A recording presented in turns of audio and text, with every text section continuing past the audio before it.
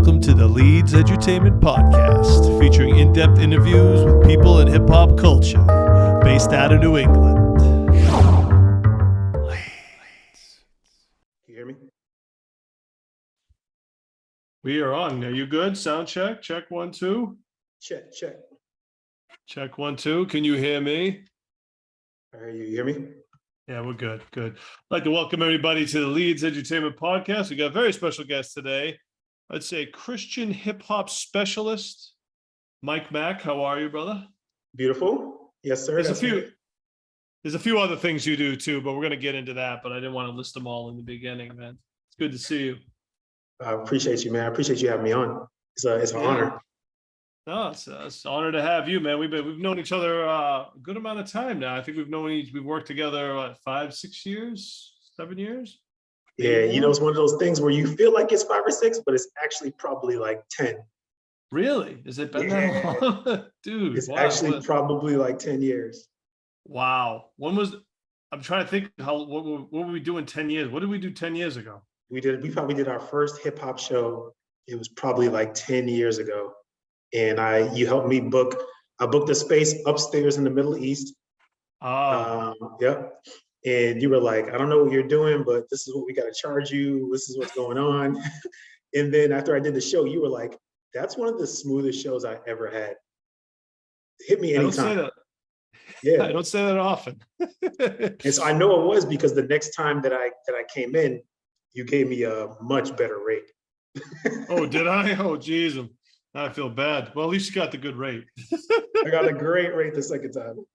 That's cool. That's how it works. You know, sometimes you got to pay a little extra in the beginning, but it's worth in the end, you know? Exactly. You got to earn the right. You got to earn the respect. And so I think I earned it. So I appreciate it because you let me know off rip that I did it solid. Yeah, because you were a promoter and you were taking care of business. You know what I mean? Yeah. A lot of promoters don't take care of business. I hate to say it, you know, and that's probably why I was charging a little extra, was because there was always an element of BS that had to be dealt with amateur promoters or people that didn't know what they were doing. So it required extra time, hence the extra charge. Yep. So, you know, if I didn't know you or work with you at that point, I'd have to charge a little extra to see how it goes. And if everything went well, then you go back to a better rate next time. Exactly. So that's a lesson for all you promoters out there. You gotta earn the right. You gotta earn that rate. Hey, you know, it took me like 7 months of harassing the Middle East before they even gave me my first show. Wow. Yeah. It wasn't easy. I mean, back then it was just hard to get in the door. Yeah, So, for real. I want to go back a little bit. That was hard for the wrong reasons. Yeah. I'm gonna go back a little bit. Boston native, right? Yep. Boston, born and raised, Dorchester, Roxbury, and Back Bay. And you said, I was reading your bio, it said that you grew up a single parent home, but your mother had strong faith. Talk about that. Yeah, my mom was, my whole family is a pretty Christian family. My grandmother and my mother specifically, and they're the ones that raised me. And so I've been in church my whole life. I tell everybody my perspective is kind of unique because I've been in the church my whole life, but I've also been in the hood my whole life. So I have this different dynamic, this different worldview that is very city oriented, very hood oriented, but it's also like I have this different perspective and this different worldview on everything that I look through the eyes of Christianity. And so when Christians, usually when they meet me, they're like, or anybody meets me and they find out I'm Christian, they're usually kind of surprised. They're not surprised because of my character, but they're surprised a lot of times just because of my demeanor, because I don't seem weird, for lack of better words, or like different or like disassociated, like a lot of Christians can sometimes give off this perception of being. Disassociated as a Christian, what is that? Can you talk more about that? What does that mean? Yeah, so there's this concept in Christianity where they talk about, you know, how you're supposed to be separate from the world. And so a lot of people take that perspective to mean like you shouldn't look anything like, you know, secular culture or mainstream culture. If you're an artist, you shouldn't look anything like a mainstream artist. You shouldn't sound like them. Maybe you shouldn't use the same slang, the same dialect. We're supposed to be separate. We're supposed to be different. And I think I pushed back on just the understanding of what that means and what that looks like, because the greatest example for us that we know of is Jesus, right? And so Jesus, when they were coming to kill him, the reason why they needed Judas is because they needed somebody to point out who Jesus was. Right. So amongst the crowd, they weren't able to tell. They said that like Jesus didn't, he was comely, he was regular looking. He blended in. There was nothing exceptional about him. What he actually warned people about was the people who dressed really well, where you would normally walk down the street and you'd be like, oh, they're going to church. Oh, they're going to church. Those are the type of people like Jesus would actually point out and say, don't be like that. Right. Don't let your outward appearance be your reference point, but it should be your heart. That should be your reference. People should be able to tell by your character. And so Jesus didn't stand out in his appearance in any way, form, or fashion. He stood out by the way he loved people and how he treated people. And obviously by doing miracles like turning up parties and turning water into wine. Right. So you fought a stigma early in your life? Yeah, it's always been a stigma. You know, I mean, it's been a lot of different varying stigmas, but yeah, being a Christian, you know, even in the modern day landscape it can come with a lot of stigmas, a lot of expectation, like that you're supposed to be, you know, super against women's rights and super anti, you know, LGBTQ and like all of these reference points where like people don't feel as comfortable expressing views around Christians as they used to. And it to me is something that's like super, you know, sad and just disappointing that we've been kind of put into this separate isolation where people don't really feel comfortable around Christians as much as they should. And you know, we just got this separate kind of odd demeanor sometimes. Now, do you think there's politics' fault for that? Yeah, it's so weird that politics has done a big part in that. You know, the Republican Party is supposed to be the Christian party, and they're the ones that are like super anti all those rules. And yeah, it's pretty odd. You know, I always try to listen to the conversations, but like when they start talking right wing versus left, you know, you're a right wing liberal I don't even know what that stuff means. So like, I don't even know which one's which. Like, honestly, like I've voted Democrat a lot growing up, but I've ended up voting a lot like pretty liberal. Like I voted last year. I think I might have voted Green, and then either the election before that, I might actually voted Libertarian. I don't think I even voted for Barack the second time. I think there was a woman who was running for the Liberal Party, and I voted for her. And so, yeah, politics is interesting how we can get painted in this corner like, yeah, young black guy, like obviously he voted for Barack. I'm like, well, no, I mean, you know, he got his shot and I didn't feel like I was super impressed. So I didn't. You know, you're a Christian, you're going Republican, right? They're pro anti-abortion. Nah, but I don't think that the way that they are anti-abortion is actually the right way to even go about being anti-abortion. So yeah, I tend to be a little bit different than others and a little bit more radical in my thinking. What denomination of Christianity are you? The church that I go to is like a Pentecostal Baptist type church. So it's one of those loud churches where people might suddenly start dancing or yelling and doing all of those interesting things. My study, if you ask me the way that I study the Bible, is probably what they would call Reformed theology, in that I really study like really intensely and I'm really into apologetics, which is like the defending and understanding of Scripture and the reason behind, you know, everything that we believe. So those are kind of my mindsets. I like going to a Pentecostal church because it kind of balances me out differently from the way that I kind of approach religion, which is, like I said, is really like letter of the law, like really deep understanding and biblical background. So I just I think I'm just a well-rounded Christian, to be honest. Like, I don't even know how to call it. Right. Well, the reason I say that is because there's certain denominations that are a little more stricter with the rules, the so-called rules, you know, which no one ever followed, really.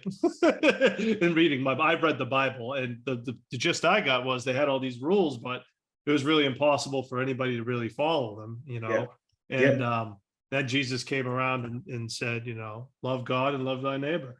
You know, that's what the whole commandments were based on. That's my interpretation of it. But there are certain denominations that are very strict towards the rules, hence why we get into these debates about you shouldn't do this or shouldn't do that. But to me, it's very contradicting to what Jesus taught, in my opinion. Yeah, I mean, he came in and, you know, they said that the essence of the law, like you said, was to prove that if it was up to us to earn salvation and to earn the right to be sons and daughters of God, like we couldn't earn anything. Right. You know, and people think that's, you know, a bad thing, but it's actually a great thing. Like, we no longer have to try to get to heaven by us doing stuff or us winning some contest, some goodness contest. Like, that's not what it's about. It's about recognizing the fact that we need Jesus who died for us, did it for us. And like, that's the way that we're going to make it. Not by us dressing a certain way, not by us living, talking, doing any of that stuff. Like people talk about secular culture and like being separate and all that stuff. Like everything is secular. You know what I mean? There's Christians who rage about Halloween and stuff, but then go and celebrate Valentine's Day. It's like, what? I don't really understand what the difference is. Like Christmas is not really Christian anymore either. Like we can't pick and choose all of this stuff and try to earn our way through any of this stuff. And didn't Jesus say, "Judge not, or you'll be judged"? Yeah, he did. So if that's the case, this is the point I'm trying to make. Why are we arguing about anything, about what anybody else is doing, right? Yeah. Like in that case, like politics want to go down this rabbit hole. Why do that? Why can't we accept? Why is it so hard to accept other people? Yeah. Mistakes at all. I mean, to me, that's the nature. The scary part is he said, judge people the way that you want to be judged. So as hard as we judge people, Jesus basically said, like, all right, as hard as you are on people, I'm going to be that hard on you. Right. That should be the part that really scares people. I'm the hardest on myself out of anybody I know. Yeah. You quoted here saying your mother taught you to live a life uninhibited and free of fear or worry. Now I've anxiety, I've fear, I've struggled with my whole life, and faith has helped me. I felt faith has helped me with that. But do we ever really beat it? Totally, you know what I mean? Yeah. That's always the challenge I found. Speak more on that. Yeah. I went to college in Miami, right? And the reason when I went, I didn't know anybody there. I didn't know any people. I didn't even visit the school. I just woke up one day and was like, this is where I want to go. I want to go to Miami and I'm just going to go. And everybody was like, you're crazy. Like, what are you going to do? Like, I don't even know. When I got there, I didn't have an apartment. I didn't know anybody. Like I said, I never visited campus, but I just went. And so it's more about not being, there's always good to have a healthy fear, right? You don't want to go swimming with sharks and think that you're not going to die. Exactly. But you want to know, like, you shouldn't let the sharks prevent you from ever getting into the ocean. And so I don't ever want my fear to be something that prevents me from getting into the ocean, whether I do it, with the right technique, with the right protection and stuff like that is the important part. But I'm never going to let fear be the thing that stops me from living my life, especially if I believe in God, especially if I think like, what's the worst that's going to happen? I'm going to go to heaven? Like, you know what I mean? Like, I just try not to live in fear. Like, I just won't let it be the thing that determines and dictates my steps. I haven't really dealt with anxiety, depression. Yeah. Like anxiety, not really. I just like to shake it off and just, I don't want it to ever prevent me from any world experience. Like my greatest fear is heights. I'm terrified of heights, but I love roller coasters. And when I get to the top of every roller coaster, I freak out. Like, why did I do this? But then when you get off the roller coaster and you survived, you're like, oh, that wasn't so bad. I'm glad I did that. How do you not get anxiety as a promoter? Just faith alone? Because I'm going to tell you right now, I don't know how you're pulling that one off. I prayed a lot. I prayed a lot during shows. Didn't make the anxiety go away. One thing that made the anxiety go away was the damn show being over. I'll tell you what, I prayed during a lot of shows that I wouldn't take an L, and I still did. How about that fear of financial insecurity? I want them to creep right up on you when you're promoting the show. How about that, huh?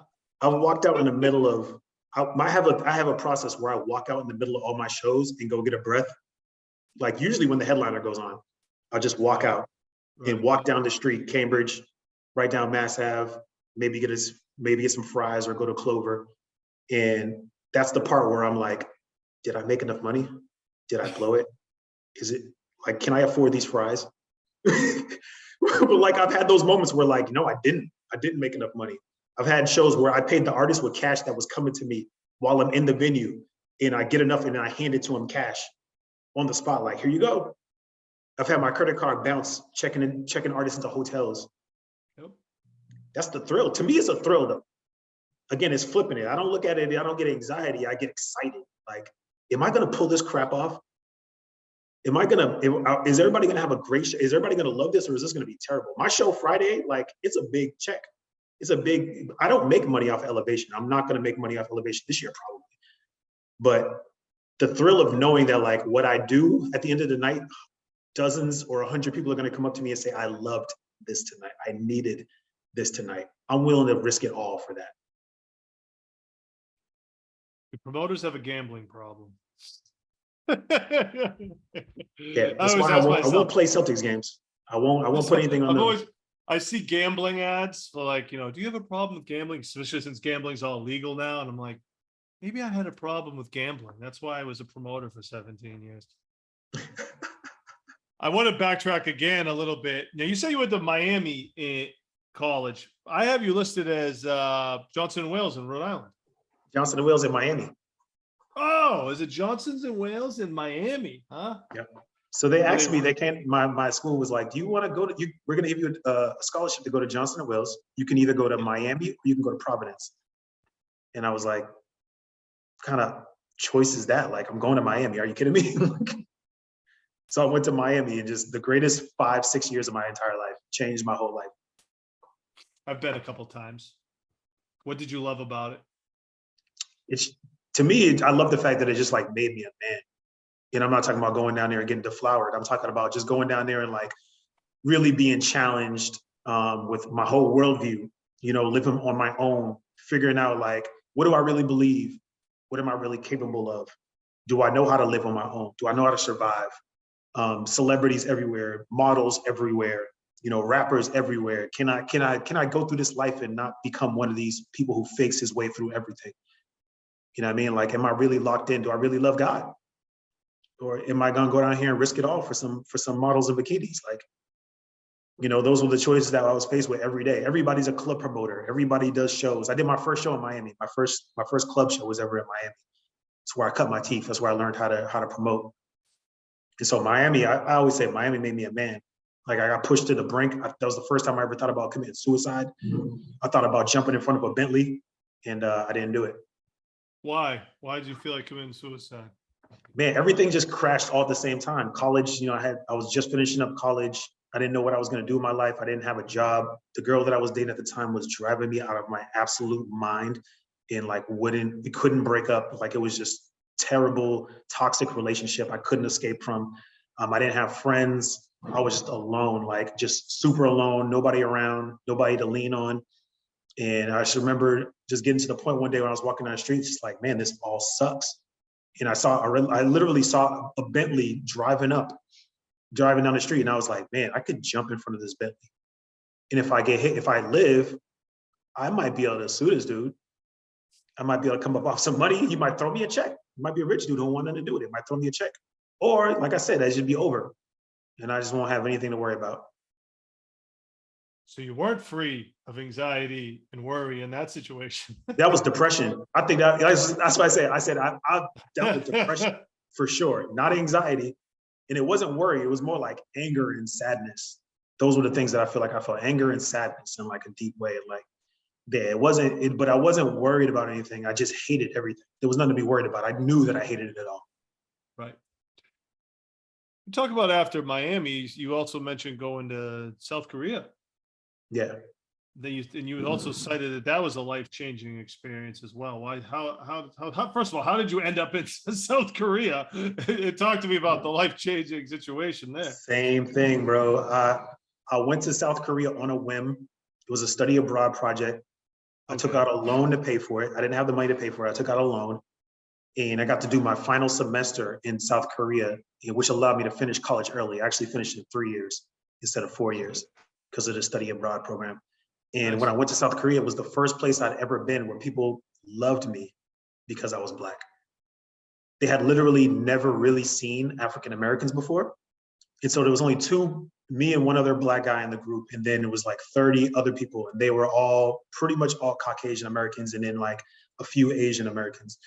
And the people, whenever they saw the group, they'd be like, whatever. And then they would see me and my boy and they would freak out. I don't know what it was, because basketball's big, rap music, but they would freak out. They would pay for my food. They would bring us into they would try to drag us into their show, into clubs.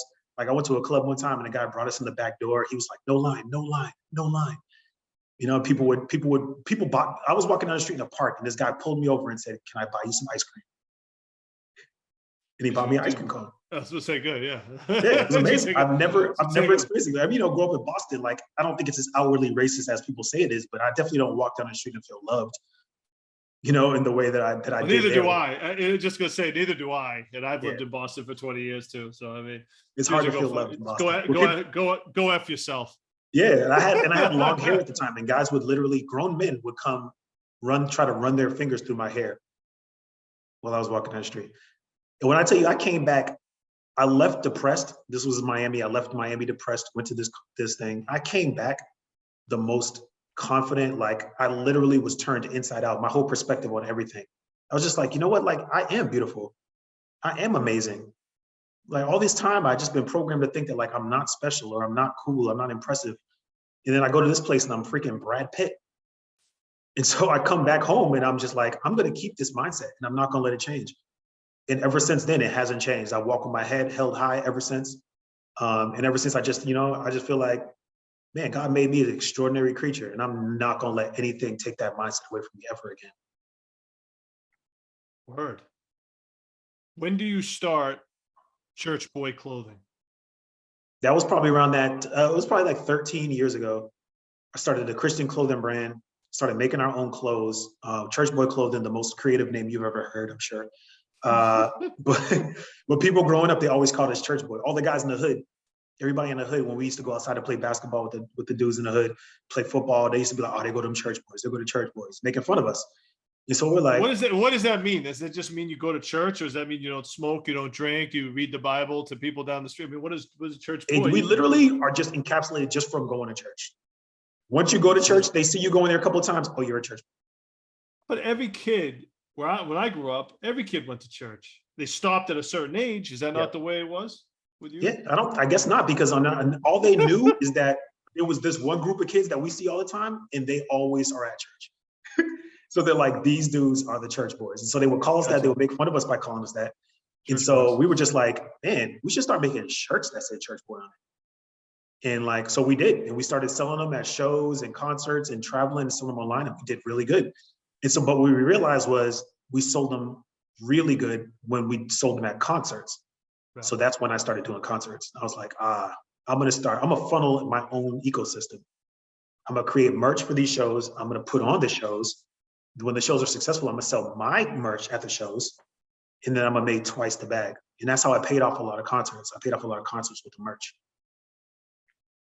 Now, was it the goal in the beginning to throw Christian hip hop events, or just hip hop events in general, or just any events? It was Christian hip hop events, because the main driver for that is there weren't any when I started doing it. No, there wasn't. Right. There was no culture for it. To be honest, we're talking 10 years ago when I met you, and I'm guessing that was a Christian hip hop event. I don't remember what the event was, but Christian hip hop wasn't even really a term back then yet. It was just hip hop. It was hip hop. Some people were calling it in other areas, the West Coast, they called it gospel hip hop. In the South, in the South, there was a little bit of buzz. They would call it they were calling, I think it was starting to be called Christian hip hop. Really in Philly was where I think they started really calling it that, where there was more boom bap type Christians rapping. And then that term eventually kind of came up north.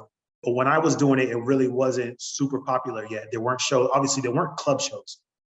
I was the only guy doing shows at clubs, and people thought I was a madman for doing shows at clubs. I never, I did hip hop for 17 years. I never got offered one before you came into the picture. No one ever was like, you should do this Christian. I didn't get pitched one. No one even came through the pipeline. It was just like, I don't know if it just was because it was the Northeast or what it was, but never. No. Yeah, it's interesting. I mean, it's not Boston's one of the top 5 least church cities in America. Why do you think that is? Hold on. Let's back up there, because it's so heavily Catholic, though. Yeah. Right? It's heavily Catholic, but not per capita. And it's also gone down a lot over the last, but those churches are still there. Beautiful. Yeah. They're all historical monuments, and they're being turned into condos. Or venues. Let's get them into venues. Yeah. I wish it was more venues, but it's mostly just condos. I believe that. Church, interesting fact, Dawn Law, who became Live Nation and Crossroads, his first venue taken over was an old church. Yeah. It was an old renovated church. So churches make good venues, good Yeah. acoustics in there. Yep. So back to you. I'm thinking that Christian hip hop started to get I started seeing the name with the arrival of Lecrae. Am I wrong to say that he kind of was the forefront of that? He was a trailblazer for sure that brought it to another level. Definitely. Right. Yeah, definitely were individuals going on. He was signed to a label prior to that, which was again, I think based in Philly. So there was a movement in Philly that was kind of going crazy. And then Lecrae signed to that label and eventually separated from that label right before it collapsed. So he's actually a pretty brilliant guy. He separated from the label right before it collapsed and put out his first solo project. And that started getting mainstream attention. And that's when, you really start seeing them be able to tour around the country.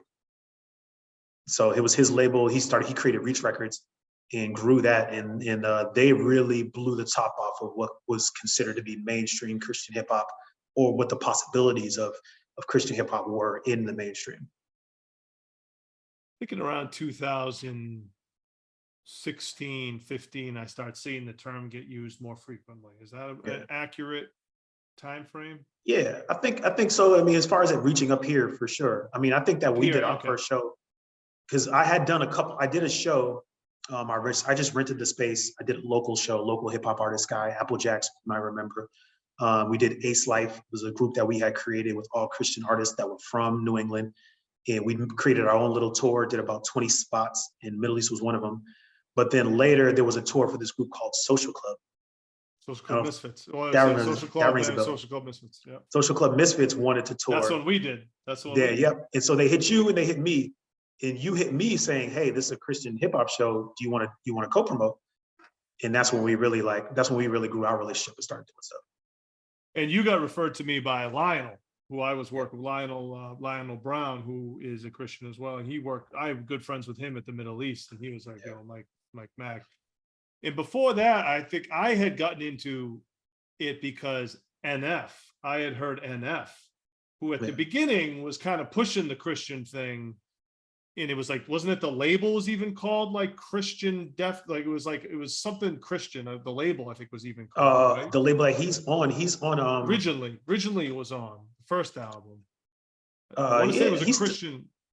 He's still on the same label. But yeah, every mainstream record label has a Christian division. Okay, all right. Right. So he's on Capitol Music. But he was in the Christian division of Capitol Music. And so there was this big thing where he was saying, like, I don't want to be in the Christian subset anymore. I want to be on the main label imprint. And when you're on the main label imprint, you get way different distribution, you get way different, promotion, touring, radio play, all that stuff. Now he says that he doesn't want to be on that. Is that because he's worried about being put in a box? Do you think that Christian hip hop rappers are put in a box because of that term? Yeah, there's a ceiling if you're a Christian artist. So what's interesting is if you start off as a secular artist or mainstream artist, and then one day, Christians find out that you're a Christian, they will anoint you as a Messiah. But if you start off as a purely Christian artist and you try to go to mainstream and you start doing mainstream type maneuvers, Christians will crucify you. Kanye West. Kanye, yeah. So Kanye, is who he is, but then we find out he's Christian there. Everybody's overjoyed. Justin Bieber. Everybody finds out that he's Christian, like, oh my God, it's the greatest thing ever. But if you start off Christian like NF, but NF's a bad example because he succeeded in it. But 9 out of 10 times when you're a Christian artist and you try to get into that mainstream space, Christians won't accept you anymore. They say, you're sacrificing your morals and all that sort of stuff. That's rough. It's a little harsh. It's very rough. And it's why, a lot of Christians don't want to be Christian artists. Really because of the fans, because the church as an overall entity doesn't really rock with it. And then you start feeling estranged, you start feeling guilty, and they start, they be in your DMs and you're, commenting on all your music like, hey, you didn't say Jesus in this song. And it's like, all right, cool. I'm talking about chicken today. Well, I guess my question I was just thinking about was, Christian, if it wasn't hip hop, we were just talking about Christian music, right? Wouldn't the definition of Christian music be every song is about God or Jesus? Wouldn't that be the definition, right? Yeah, that would be that might be what the current definition is, but I think that's an inappropriate definition. I think that's really the reason why there's so much of a struggle. Christian music should simply be music made by Christians, or music that talks about things or looks at things through a Christian perspective or a Christian worldview. So if I rap, me, Mike Mack, rap about anything, it would be Christian music because I'm a Christian. But it wouldn't be Christian because I'm necessarily like preaching the gospel or explicitly naming, God or Jesus or in any specific way. But just simply the way that I talk about everything in my life is going to come out of my mouth in a way that only a Christian would talk about that thing. And so I think that would equate to it being Christian music. That's me personally. That's my own personal. So you're saying not every song has to be about God or Jesus. It can be about life from a Christian's perspective. It doesn't have to explicitly say God or explicitly say the word Jesus. I mean, there's books of the Bible that don't say Jesus's name, don't say God. Does that mean that those books of the Bible should be taken out of the Bible? Because are they no longer Christian books of the Bible because they're telling a story? But no, you can tell a story and that can be Christian. Well, isn't the purpose of the Bible stories God working through these certain individuals, correct? Yeah, the purpose of the Bible, I mean, this is literally God's storytelling. This is God's opportunity to share about all of creation and all of humanity and tell us everything about himself and tell us almost everything about ourselves. Tell us everything about himself and tell us everything about ourselves. It's not like a history book in its sense, and it doesn't give exact, chronological information in great ways that, a lot of people get caught up in the idea, like, even something like Proverbs will say, train up a child the way he should go. When he's older, he won't depart from it. And then you train up a child to be a Christian and they end up being a heathen. And you're like, well, the Bible said this. Well, it's like, this is a wise adage. It's like when it says, when I get that smell outside, I know it's about to rain. Like, yeah, pretty much, but it doesn't necessarily mean like every time that thing is going to happen. Like, it's not going to rain every time I smell rain. Right. There's always exceptions to the rules. Yeah, it is. The thing is that most of the time it's not rules. It's instruction. It's wisdom. This is a way that you should move. This is a way that you should look at things. This is a way that you should react to things. Be patient, be loving, be kind. Like you said, this is not a formula. It's not a formula for salvation. I mean? This is a life journey. It's a walk. You also, I didn't realize this till recently. You were a author on Rapzilla. Yeah. Oh yeah. I did a couple articles for Rapzilla, and I did a lot of music posting for them for a while. But then the guy who owned it at the time ended up leaving. And what people don't realize about Rapzilla is that's a lot of work. Oh yeah. And so I decided that it was too much work, and so I stopped doing it. For those that don't know, Rapzilla is a Christian hip hop blog website, largest in the world. Yeah, I mean, and it was one of the largest hip hop sites, period, in the world at one point too. I don't know if it still is. Yeah, is it still going? Yep. Some of the best engagement out of any hip hop site that exists. Like, I was bar none. Yeah, I was a critique for undergroundhiphop.com, a critic, an author, whatever. So it is a lot of work. Yeah. There's a lot of writing. Yeah. And I was just reviewing 12 inches and songs. I didn't write like big stories or whatnot. I was just like, I was just trying to keep up with all the new music and reviewing it. I was like, this is exhausting for free. Oh yeah. They get like somewhere around like 500 to 1,000 submissions every day. Oh, wow. Really? Ridiculous. All Christian hip hop? 98% Christian, 2% people who just want to see if they can sneak on. And then, like I said, a lot of it is terrible. I would tell you, while we're talking, one of my other gigs is unloading music equipment, delivering and picking up a music equipment for events, like dropping off drum sets, backline, stuff like that. And I ended up at a Satan rally band. The leader of the Satan, forget his name, but the guy that heads up that. Oh, someone else popping in here. What do you got? Oh, that's sorry. I just clicked that by accident.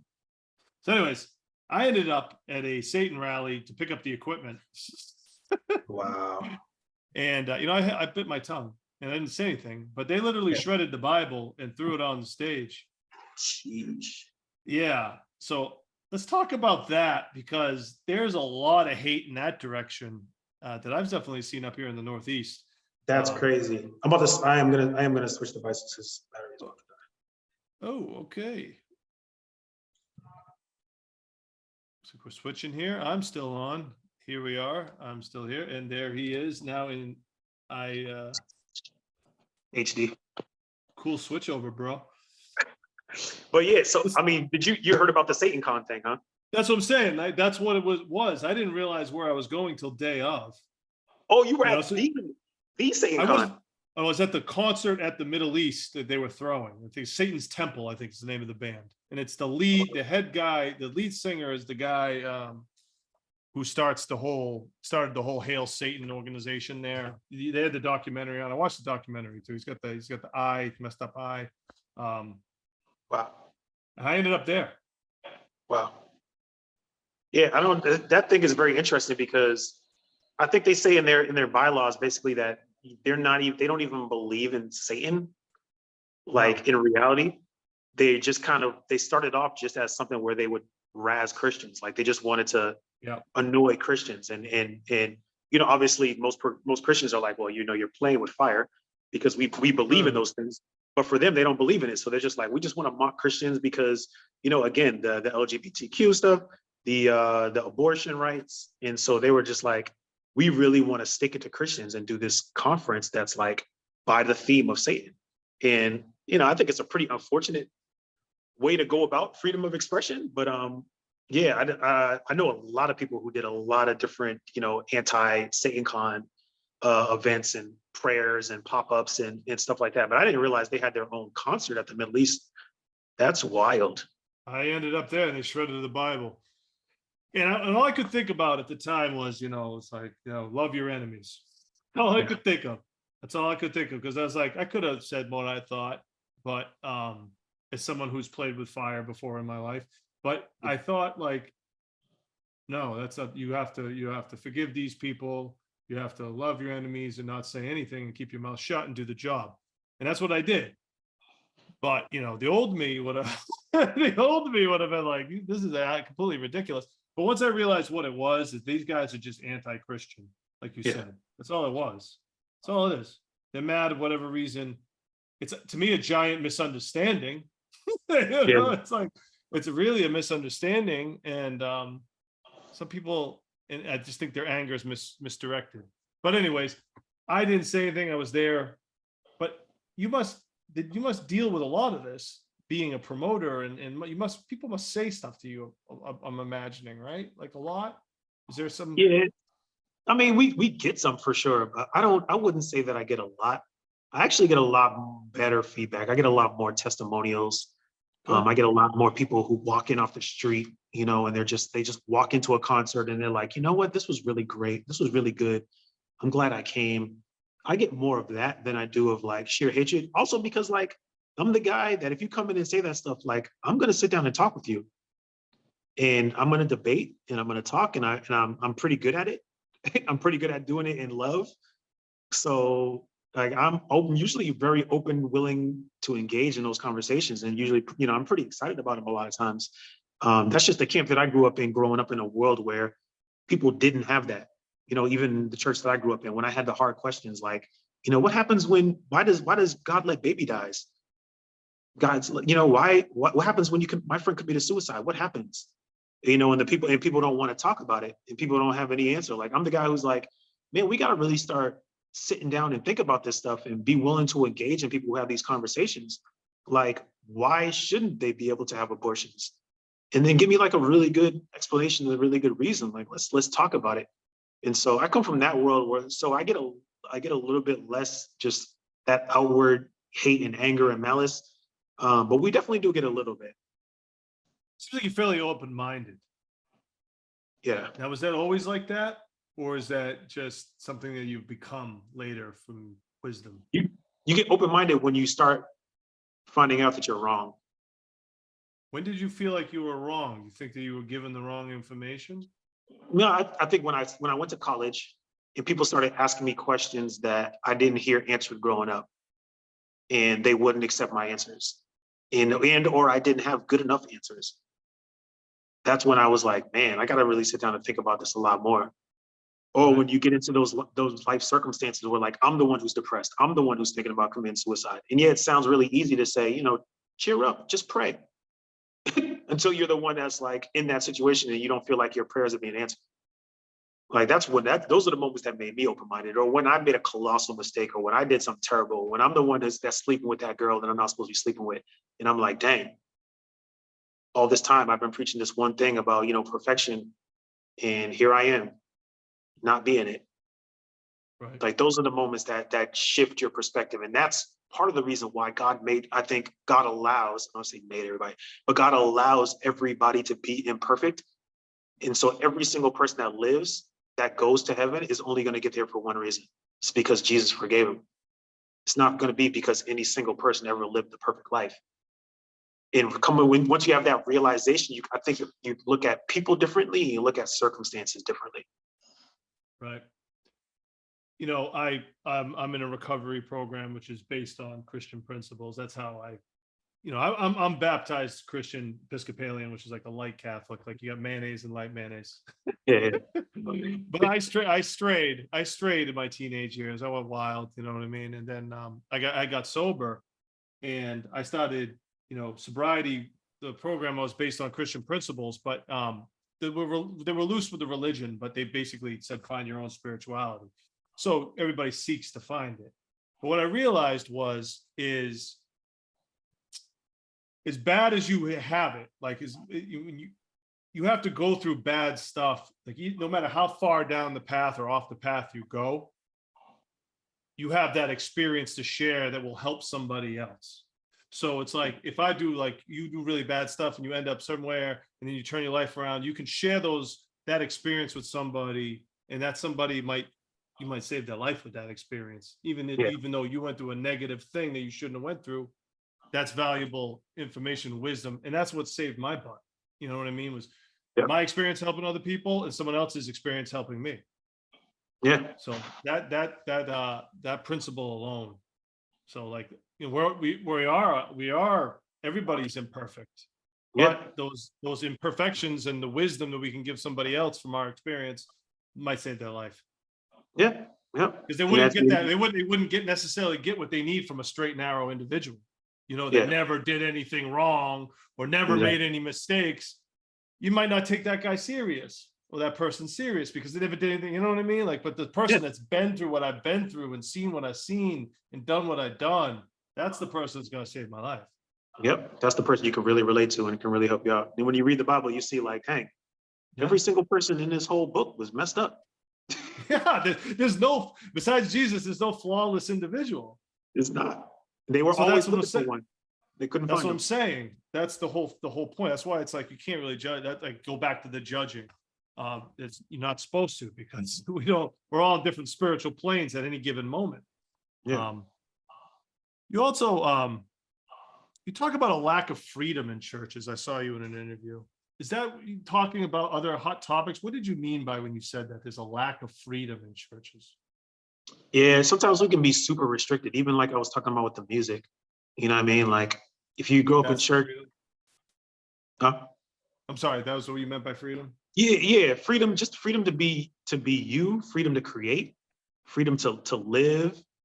Like when I grew up and people saw that I was, talented and stuff, they were like, oh man, one day you're gonna be an amazing preacher. It's like, I mean, I guess that's cool, but could I be an amazing lawyer? Like, can I be an amazing music executive? And like, or do I give up the Christian badge now because I'm not directly in the church ministry?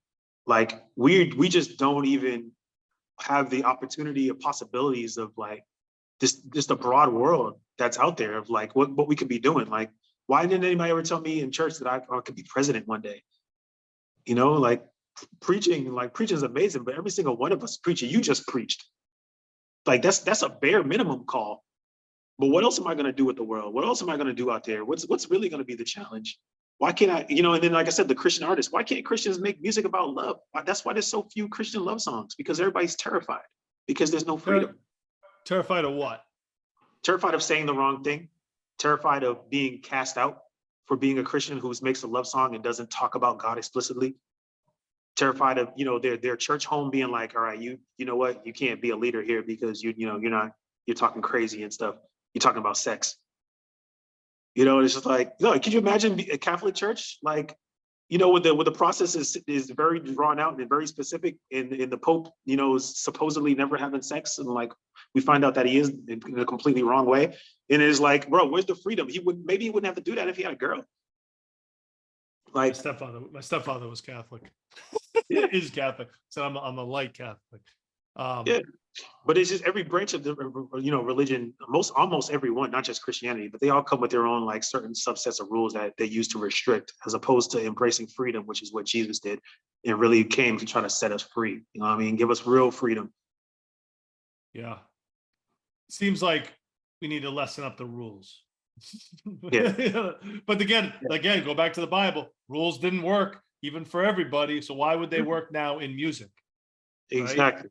Yeah, exactly. Isn't it? We're not meant to have rules. When God, I always say, when we look back at Genesis, when God made everything, what did he do? What did he tell us to do? He gave us a simple job. He said, go out, have as much sex as you can, have a whole bunch of kids, name these animals, and don't eat from that one tree. That was it. And look at us now. If you ask us now what it takes to please God, they will give you a list, 2 pages long, with all types of crap that doesn't mean anything. Well, I saw a sermon the other day that was like, there's no point in trying to please God. You know what I mean? Like this, it's impossible. It's not something it's not something we can do as human beings, because you can't, it's an impossible bar to hit, right? That we put a standard that we put on ourselves, that you can't, you know what I mean? It's not, you're not gonna just get, he's not a proud father looking down like, yeah, if he finally did something right. That's not the point of Christianity. I saw a sermon on that. You want to have a relationship. I mean, I think that when God made, again, when he made Adam and Eve, I think he was a proud father. I think he did. It said that he literally walked around in the cool of the day and was looking for them. When they messed up, he came to find them, and he said, hey, what did you do? And he did what a good father does. When he found out they did something wrong, he gave him a punishment. That's what a father does, but then he's still protected. Like, that's what he does. He loves. When he talks about Moses, him and Moses sat in the mountain and they talked every day. They weren't just talking about rules and stuff. They couldn't be talking every day about rules. They were up there just having conversation. They were talking. What Jesus literally taught us is, with his disciples, was to sit down and have dinner together and learn. And let me teach you how to love people. Let me show you what it's like to be caring. Let's go out and heal some people today, guys. Right. Let's go out and make the world a better place today, guys. Well, that's I think the human condition, right? Like the Bible says that the problem with the human condition is the heart. It's geared towards self-centeredness. It's geared towards what's best for me, greed, all this other stuff. Not what's best for the other person, what's best for my community, what's all that, right? Like, that's the problem. We think what's best, we're self-centered. Yeah. So Jesus speaks to our heart in helping others. Correct? Yep. Yeah. I mean, that self-centered nature is, it's the root of everything. Right. And in recovery, I learned that myself said, this is before I seeked even farther, but like in my recovery, I realized that my self-centered behavior was the number one self-sabotaging thing I had going for me. My selfishness was behind my drug use and my drinking. Yeah. So it was easy for me to digest that. Oh yeah, this is a really bad thing to have as a human being. Yeah. The ego. Yeah. The ego, and this the desire that, it's what we're taught though. We're taught growing up, what are you going to be when you grow up? How are you going to have success? How are you going to kill it? Like, what are you going to do to make money? When are you going to get the woman that's perfect for you? When are you going to get married, have some kids? Because all of those things are this way of achieving earthly success, right? And that's what we're taught. But we should be taught early on, how are we going to help other people, right? My daughter's first words were no. One of my daughters, because I was asking her to do something, and she was like, no. And I was like, what? You're not even supposed to know how to say that. But the first thing that we learn as kids is how to get everything for us. Everything revolves around us. When you're a little cute baby, you get everything you want. And then when you first stop getting it, that's the first reason, that's when you start crying, because you're not getting what you want anymore. And humans grow up and become older, and they're still babies who just want everything that they want. And when they don't get it, they start crying. Right. How hard is it for you? I also saw you made a post about like navigating this business. Talk to me about some of the struggles of navigating promoting Christian hip hop shows, because I'm sure I can relate to a bunch. Well, in Boston it's really hard because, you know, we don't have venues, right? We gotta. Where are you doing your shows these days? These days I'm booking for other artists across the country. Oh, nice. So I'm doing much fewer local shows, especially now that, you know, the Middle East that's not financially viable, it seems like, anymore. You know, you don't want to do hip hop shows at a theater, we all know. And then there's just, you know, there's only a few options as far as small venues. But then the problem that we face up here, as you know, is tour routing. Nobody wants to route their tour to Boston because it's really a small market. It's a big city, but it's a small market. And it's the last viable market in a tour route. So if you start your tour in you know, Florida, and you work your way up the coast, once you get to, you know, Philadelphia, you get past the DMV, you get to Philly, you get to Jersey, you got to say to yourself, dang, do I want to go up to New York? And then if you say, okay, I do, then you have a real tough, do I want to go all the way up to Boston? And now there's no lateral move left or right. From there, you're kind of stuck. You have to decide, like, you know, that's going to be the end of the tour. And for most people, they find that that's not a real money maker. So people don't want to come up here for tours.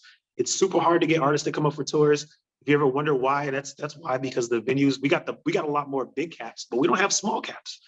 We don't got small rooms that really get that, you know, the 250s, the 500s. We don't have a lot of those. We got Bright Music Hall, you know what I mean? We got, you know, Paradise is like that, like 1,000. Middle East was that 350, 200. But you know what I mean? You have to have lots of options in that space to really be able to book shows. And do you not like throwing Christian hip hop shows in churches? No. Why is that? Churches is for church. Church is not for It's concerts. music. It is music, though. Most churches aren't built to be performance centers, though. Most churches are set up. My church specifically, if I do a concert at my church, it's going to sound horrible. We have super high ceilings. The seats are pews. They can't move. There's no space for like a mosh pit type anything. A mosh pit in the church. I love it. We do it, and we do it, but we can't do it at my church. Specifically, my church in the front section only lets like 40, 50 people stand in the front. You know, typically you want to have hundreds, right? My church can hold 800 people, but not comfortably, not open seating. The seats are nailed to the ground, and then the sound system sucks. So I need a venue. I need to do my stuff at venues. And from an evangelical perspective, I want my shows to be places where non-Christians are going to go. I don't want to do shows for Christians all the time. I don't care about that. I want to do shows for people who don't know about the music, who don't know about God, and I want to expose the world to it. So why not do regular hip hop shows then? I can do regular hip hop shows, but there's already a Ned Wellberry who did them effectively. Not so much these days. You when can I started, pick up the slack. You can pick up when the I slack. started, when I started, there was a Ned Wellberry. There were people who were already doing it. But like I said originally, you can do it now. There was nobody doing Christian hip hop at all. So I had to fill a niche. I agree. I agree that your niche was a good idea, and niche is how I survived. I was doing underground hip hop shows. Yep. But now, you know, with you shifting, and it seems like your business, why not expand into regular shows now? Especially with me, I'm not. But I don't listen to it. I don't believe in it. I don't listen to regular hip hop anymore. I haven't listened to mainstream hip hop in about 10, 15 years. Really? Why is that? It doesn't speak to me. Because of the nature of the lyrics, or the messages, the perspectives. I'd rather listen to a Christian talk about what we consider non-Christian music. I'd rather listen to a Christian make non-Christian music than I would listen to somebody who's not a Christian make positive music.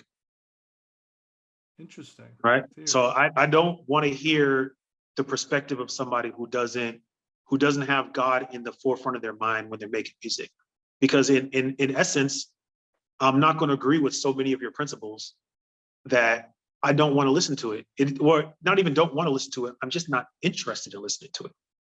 It doesn't excite me. The last rapper that I listened to, like, was Lupe Fiasco, who coincidentally is here, but he's the last rapper that I listened to his whole project, you know, and because he was an enlightened thinker, and I think, you know, at the time maybe he was like borderline Muslim.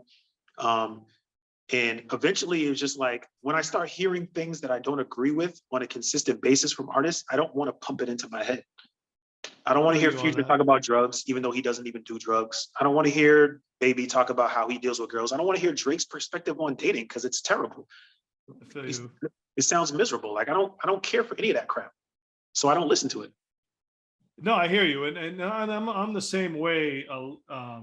With certain things, I can't listen to certain people rap about certain things. Like it bothers me, irks me. Yeah. But I do have certain artists that I do like that aren't Christian hip hop rappers. So I'm shocked that there's nobody for you. There's nobody. It's just when I made a cold break one day where I just KRS-One did a Christian album. Yeah, exactly. Yeah, see, he did do a Christian album. Exactly. And I wouldn't listen to that either, probably. Wow. But no, I don't listen. I never listen. I didn't listen to any of the Kanye stuff since he became Christian. I didn't listen to any of that. You throw out some names out there. Throw me some artists that you like in the Christian hip hop, because there's a lot of them now. I can't even keep track of them all. There's a ton of guys. I still like guys who come from like a real hood, like street perspective. So I like a guy named Jay Monty. There's a dude named Paris Cariz, Star Ringo, Derek Minor. I really like those dudes who I feel like come from a background that I come from, and they're dealing with the worldview that I'm dealing with as, like I said, a young Black man who's looking at the world in the way that I look at the world. And when I don't have that perspective, that's the perspective that like really resonates with my soul. So when I don't have that, I'm just not interested. I've never sat down and listened to Drake. I haven't listened, like I said, I haven't listened to any of Kanye's stuff. I never did. I never listened to any of Drake anyway. It's just R&B is not for me. Yeah. Even though he raps a bit, I know he raps, but R&B is not my thing. Yeah. Most of it. But people are usually shocked to hear that. I don't consume any of that at all. You talked about street ministry and something that one of your things you wrote, you said street ministry. What did you mean by that? Do you remember what I'm talking about? No, I don't, but I know for me, street ministry is just like, well, what I do this thing on Saturday with this church called Lion of Judah, where we go to Methadone Mile and we pass out food and supply kits, and we talk to the people out there. We pray for them, we talk to them, we might give them the gospel. And what I do is a little bit different almost from even the other people who do that. They're always surprised by my ability. I just go out there and connect with people.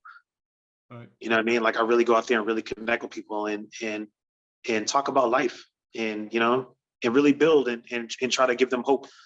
And that's something that brings me a lot of joy. I get a lot less joy from just sitting inside a church on a Sunday morning and just listening to some guy, you know, talk to me about the scriptures, which is cool. And, you know, that's enjoyable at times, but I get true joy from going out into the world in a way that I really feel like Jesus did, or, you know, some of the apostles, like, who really went out and talked to people and argued and went to contentious environments and really spread the gospel. Like, that's what I'm way more into that.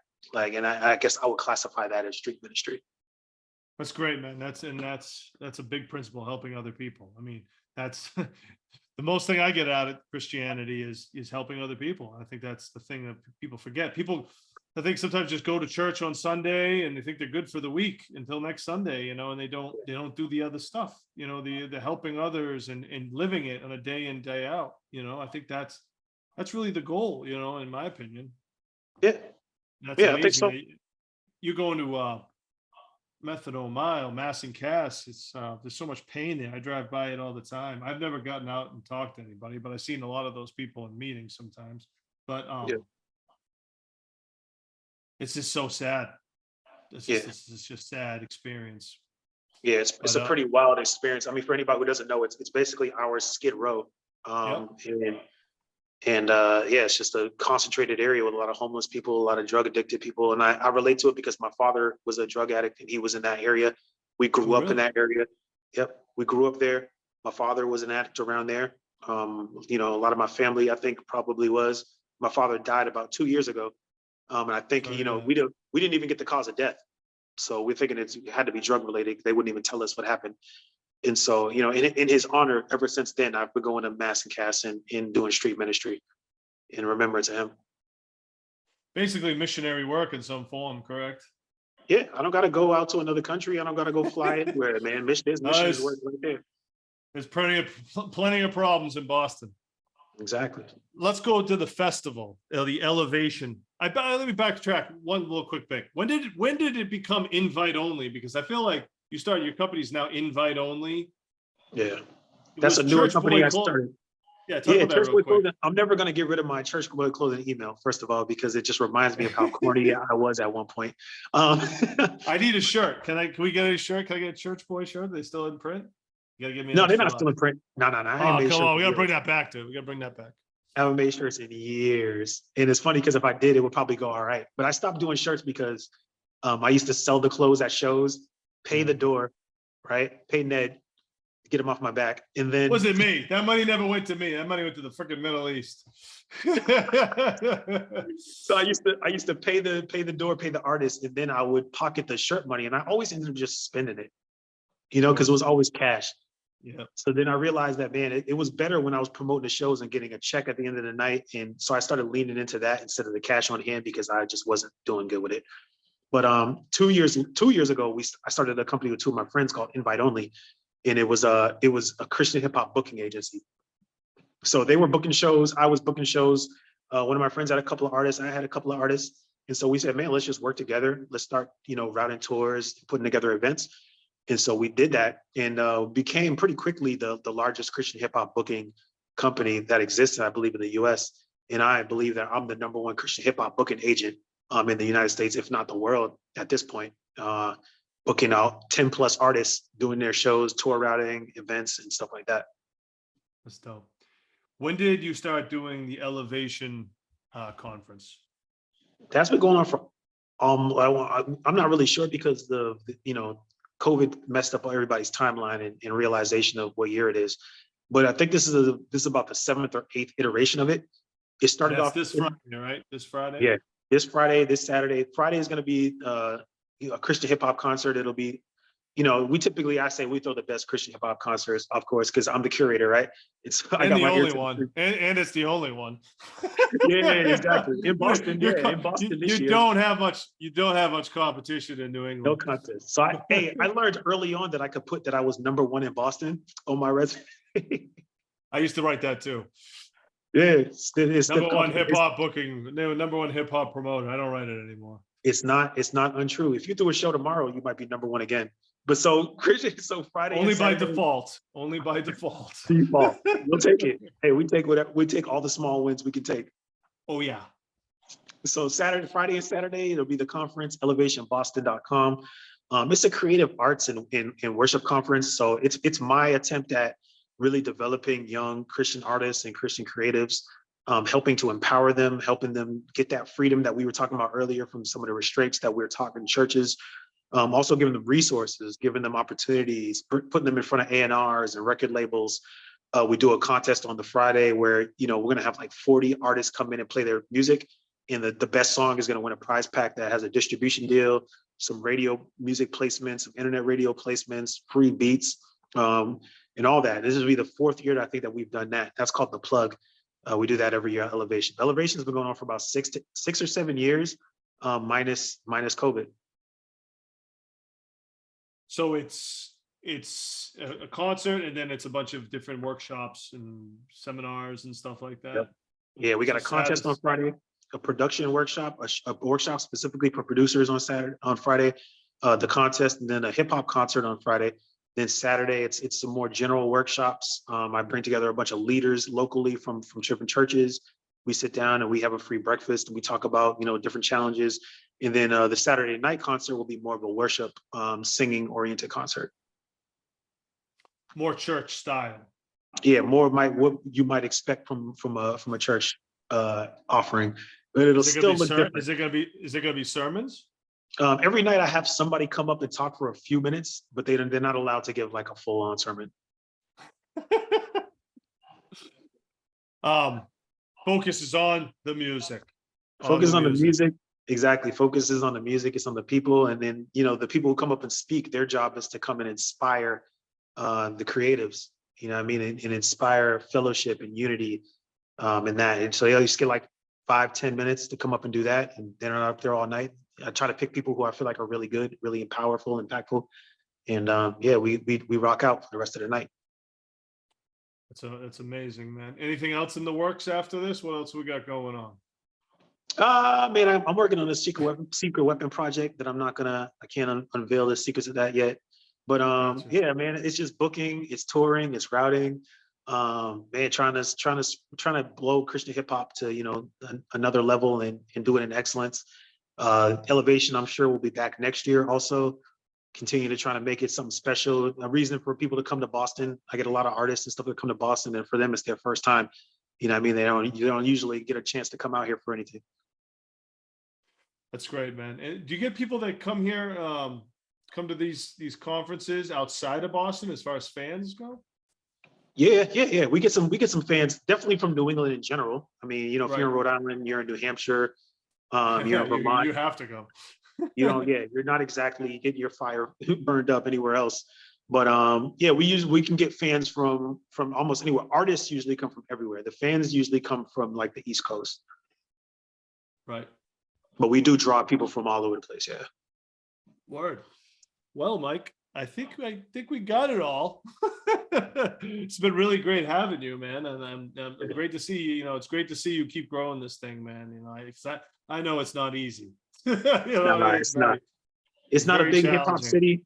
Yeah, like I said, it's not a big hip hop city, and it's not a big Christian city. So when you put those two things together, you really kind of limit what you could do. Like if I wanted to promote regular hip hop shows, I can make a killing, I'm pretty sure, but it just doesn't inspire me. Well, that's good. I mean, I used to think the same way, but then it was like I had to do shows that I didn't necessarily like the artists just to make the money. You know what I mean? Yep. To have a job. So towards the end, it was catching up with me. I was like, I'm sick of booking this stuff, But Exactly. really, everything I had to book everything I was booking more stuff I didn't like than I did like. Yeah, and I don't want to be in that place, man. That's why I say it's 100% what I love, period. Good I'm for not you. doing nothing else. Good for you. I didn't have that option, unfortunately. But word. I'd like to thank everybody for tuning in to the Leedz Edutainment Podcast. A very special guest, Mike Mack. Thank you, brother. We'll talk soon. I appreciate you, man. All right, later.